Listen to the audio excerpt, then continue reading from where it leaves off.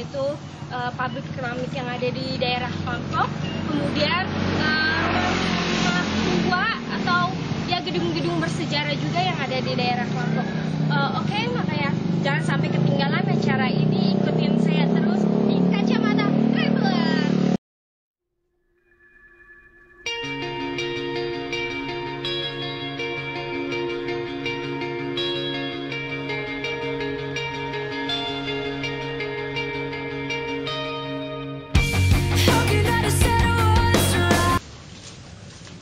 Ini hasil dari ini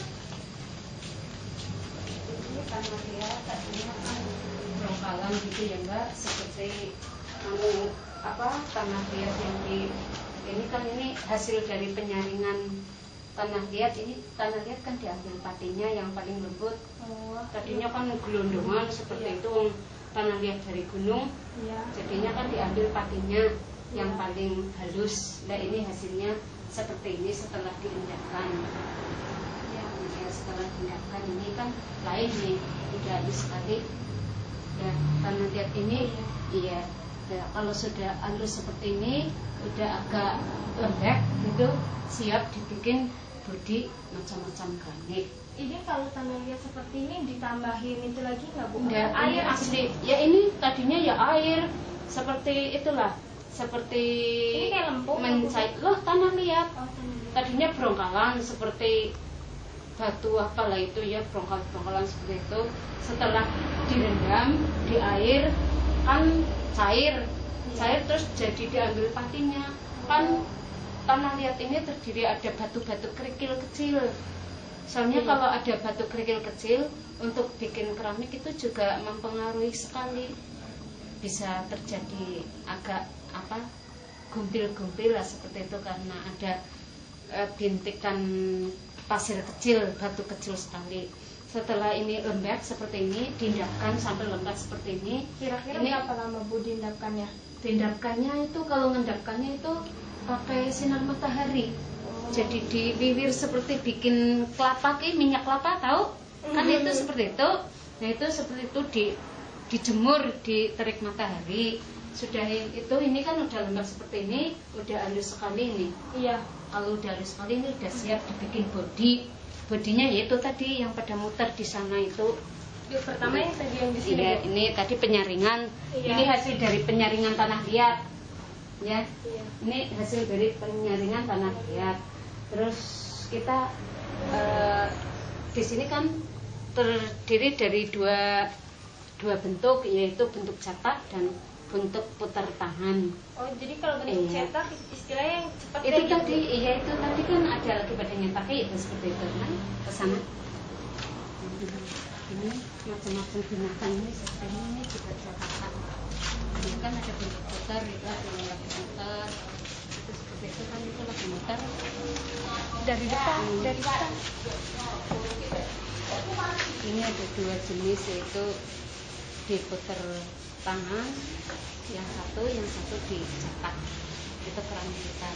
Setelah selesai dibikin bodi, sudah dirapikan, dibentuk.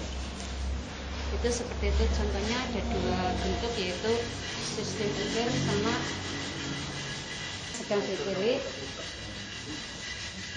Ya, ada ukir itu yang lagi diukir, poci-poci itu. Iya. Setelah dibikin bodi, dirapikan, bentuk barang. Sudah siap di bodi, tinggal dijemur. Setelah selesai diputar, dijemur. Ya, yang di depan Iya, yang tadi itu depan ya, itu penjemuran, proses penjemuran. Penjemurannya Iya. biasanya Sampai kering. Ya kurang lebih 3 hari kalau panasnya bagus. Setelah dijemur, kita masukkan ke proses finishing barang. Ini bakar. Ini setelah dijemur kan ini hasilnya kayak ini. Setelah dijemur ini hasilnya kayak ini, kering. Setelah kering itu diangkat seperti itu, biar pori-porinya tidak. Ini proses finishing pengamplasan ini. Setelah diamplaskan hasilnya seperti ini. lain kan. Iya. Itu setelah dijemur kayak gitu, setelah diamplas, pengamplasan, ini hasilnya seperti ini. Ini kan masih ada pori-pori yang kelihatan sekali. Kita itu seperti ini. Ini Mbak Ira. Ini seperti ini. Dibasahin. Ini namanya didalimi. Didalimi, iya, didalimi ini. Itu dibasahnya pakai air biasa, Bu? Iya, pakai air biasa sama kain. Iya. Nah, ini supaya pori-porinya itu tidak tampak. Jadi alisnya iya seperti itu. Setelah ini kan kita punya dua warna, yaitu terakota sama glasir. Terakota itu Iya, apa, Bu? terakota itu seperti ini. Campuran terakotanya seperti ini. Ini namanya dicelep di perak. Enggak apa-apa ini.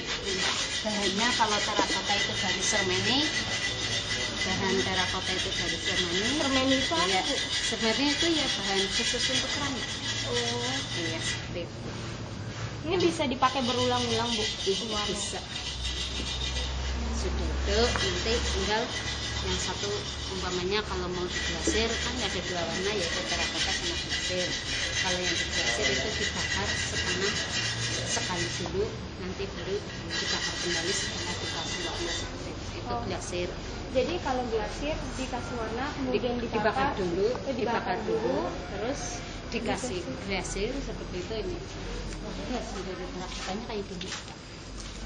Iya, kalau terakota warna ini, ini bakar sekali seperti ini hasilnya. Iya, ini bakar sekali ini hasilnya seperti ini. Setelah diglasir, setelah dibakar sekali, dikasih warna seperti ini pengglasiran. Ini proses pengglasiran. Enggaknya sama.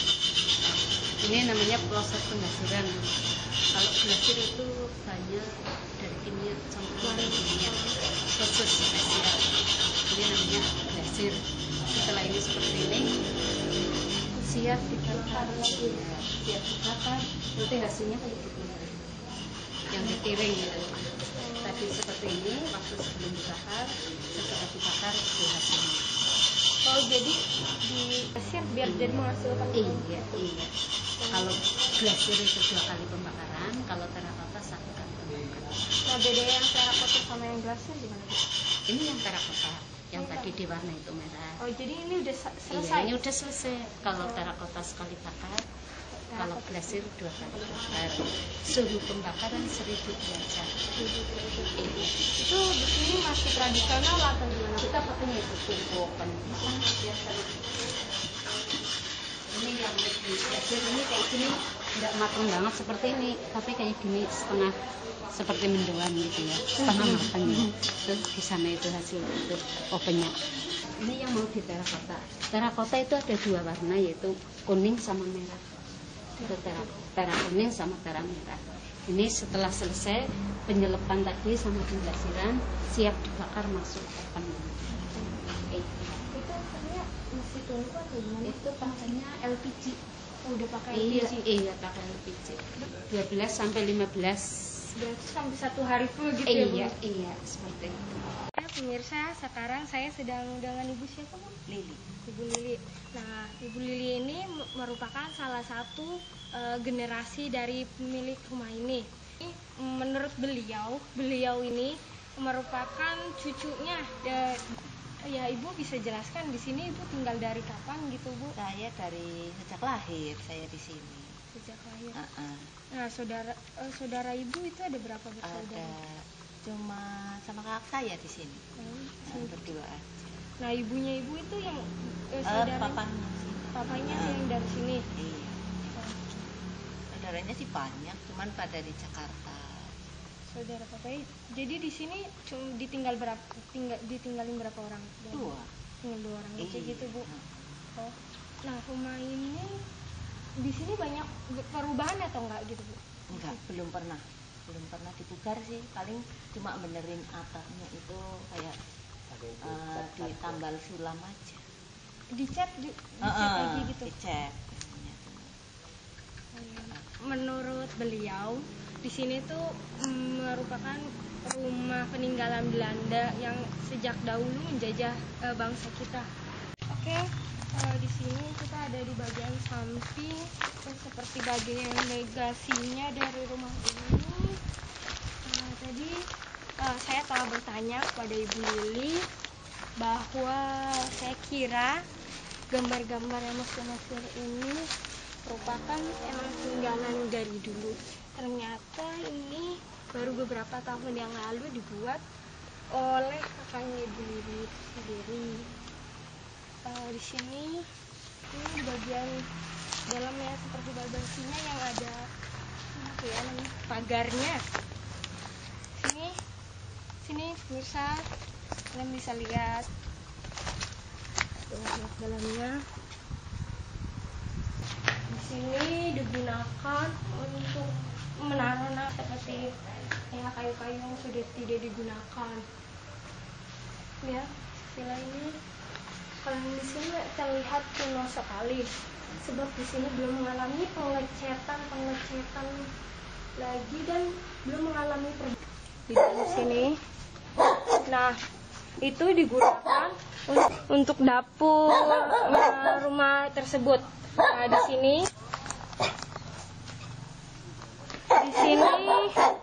digunakan untuk menaruh kayu-kayu yang tidak terpakai. Oke, sekarang kita ada di Kawedanan yang ada di daerah Lampung. Di sini saya dengan Mas Pando. Nah, di sini beliau itu merupakan ya salah satu yang mengurusi Kawedanan ini. Terus di sini ada benda seperti peti gitu ya, besi itu yang terbuat dari gunungan. Itu mungkin ya udah lama lah semenjak berdirinya bangunan ini. Tapi berhubung ini udah nggak aktif, terus diambil alih sama pemerintah daerah. Dulu juga di Sakas ini juga ada ini apa sejenis kayak kerucut tuh, tahu katanya apa ya, penyimpanan bom atau apa dulunya tuh. Katanya kan gedung ini dulu pernah dibom tapi nggak tempat, tahun 1923 sekitar lah. Yang cerita zaman dulu kan banyak berbau mistis atau gimana. Dulunya ini kan markas Belanda. Terus kan dipakai sama semenjak Orde Baru itu kantor pembantu bupati. Terus selain mesinnya masa Orde Baru kan udah nggak aktif semenjak penerangan sama ya ini kantor pembantu bupati itu udah nggak aktif, jadi ya udah nggak aktif sampai sekarang. Karyawannya juga dipindah di berbagai instansi lainnya gitu. Oh, jadi di sini dulu tempat untuk pembantu pemerintah gitu ya? Iya, ya sejenis tingkat apa ya? Di atasnya camat ya, atau ya semacam di atas camat, di bawahnya bupati gitu. Pembantu bupati sih kan Banjarnegara kan ada 3 ya kalau nggak salah tuh, di Karangkobar ada bupati di sini. Terus yang satu daerah mana tuh, mana Dadi atau mana? 3 lokasi kalau nggak salah pembantu bupati Banjarnegara sini loh. Di sini emang Kawedanan ini didirikan dari tahun berapa? Setahu kita tuh kalau nggak salah 1923. Ini kan bangunannya juga punah semua ini. Ini udah ada yang mengalami itu belum apa sih pemugaran ya? Belum. Semenjak aku kecil belum pernah lihat sini direnovasi. Berarti ini semuanya masih asli. Ya paling-paling ini penelitian-penelitiannya ini yang udah kusam kayak gitu. Sebenarnya sih tidak perlu waktunya direnovasi gitu. Cuma kan itulah mendapat perhatian dari pemerintah daerah. Kalau yang lainnya sih bisa Saka-saka. iya, saka-saka tiang-tiangnya ini masih kuat. Itu emang sakanya terbuat dari kayu apa? Biasanya kalau ini tuh kalau nggak kayu jati Kalimantan. Tapi kalau arsitektur zaman dulu itu kan naluri zaman dulu kan potongnya kayunya aja pakai yang baik. Sebelum dipakai itu direndam dulu berapa tahun. Biasanya kan gitu kalau orang dulu melakukan satu pembangunan. Jadi ya kayunya tuh tahan lama gitu. Nggak kayak orang-orang sekarang kan tinggal pakai gitu, jadi nggak lama ketahanan bangunan.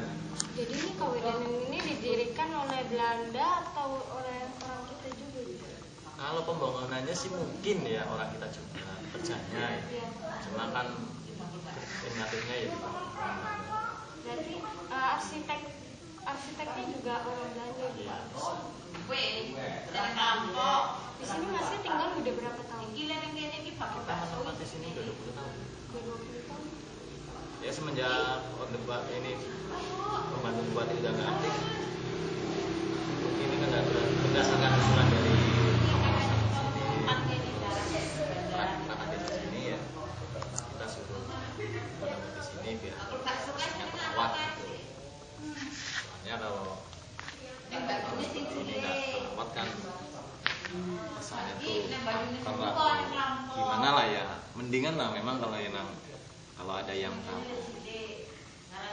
Jadi orang lewat sini juga nggak takut, rumput-rumput juga terawat gitu kan, tidak jadi banyak. Di sini pernah nggak Mas, maksudnya pernah diusulkan untuk menjadi benda cagar budaya, itu tempat cagar budaya? Kita sih pernah dengar pemerintah daerah tuh mau ada rencana sini tuh buat pasar atau terminal gitu. Tapi ya, tahu mana yang mau dijalanin namanya rencana juga ya. Tapi kalau ini sih katanya sih buat museum. Jadi melestarikan gedung ini. Jadi mungkin ya direnovasi, diperbaiki, nanti buat museum apa gitu. Pemerintah juga, kita juga nggak tahu sih ya rencana yang sebenarnya gitu. Cuma kita dengar-dengarnya ya kayak gitu aja gitu. Mas, ini juga berarti keramik ininya masih zaman dulu juga apa ini udah pernah diganti? Belum. Masih bagus. Belum. Ini juga yang di sini juga. Iya, belum tersentuh renovasi apapun namanya bangunan ini. Ini juga bukan keramik asli, cuma ini kan lukisan gitu, istilahnya dibelur, terus diacik, terus digaris. Jadi kesannya pakai keramik. Ini bukan keramik asli, bukan. Kemudian yang gedung yang di situ itu Itu kantornya. kantornya. Kantor pembantu bupati karyanya dulu bekerjanya situ tempatnya. Di situ. Nah, yang di sini ini pelataran ini untuk apa ya? Ini aula kan dulunya buat kalau dulu selagi masih pembantu bupati aktif, jadi buat rapat-rapat. Ya acara pemerintah acara apa gitu kan rapat-rapat di sini. Jadi lesehan gitu. Enggak, kalau ada acara rapat apa, musyawarah apa, sini juga ini Ada meja-meja gitu. didatangin meja berapa, kursi berapa, ya dari sini sampai penuh gitu. Tergantung acaranya apa lah gitu. Nggak ada satupun di sini peninggalan itu, mas, apa maksudnya benda apapun gitu, seperti lukisan atau apa gitu di sini. Benda lukisan. Coba. Oke, ini di sini ada lukisan zaman dahulu yang masih tertinggal di Kawendanan ini. Ini kira-kira lukisan peninggalan tahun berapa? Apa yang pertama dari Kawendanan ini berdiri? Perasaan semenjak kita kecil ini lukisan udah ada. Mungkin ya berbarengan sama gedung ini lah. Mau lihat ke belakang?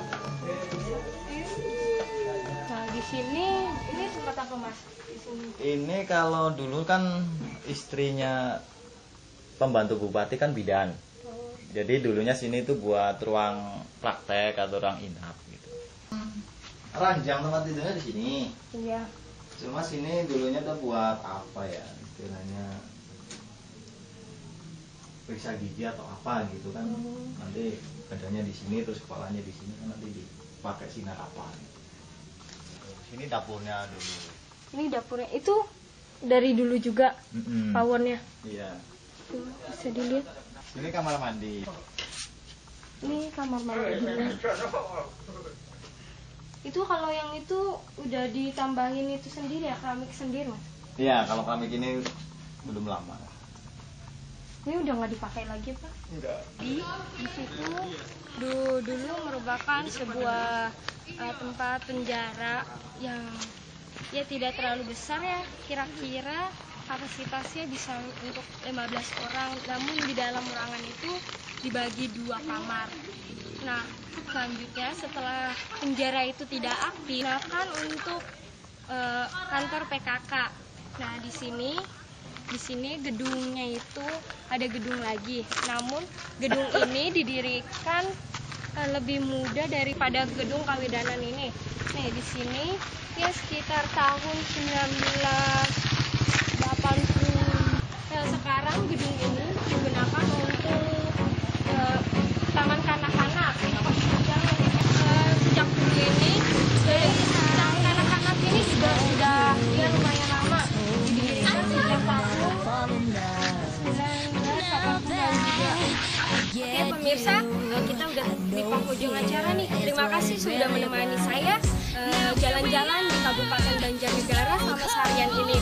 Jangan bosan dan jangan lupa saksikan terus Kacamata Traveler di PD Channel setiap hari Minggu jam 9 pagi. Oke, see you next time.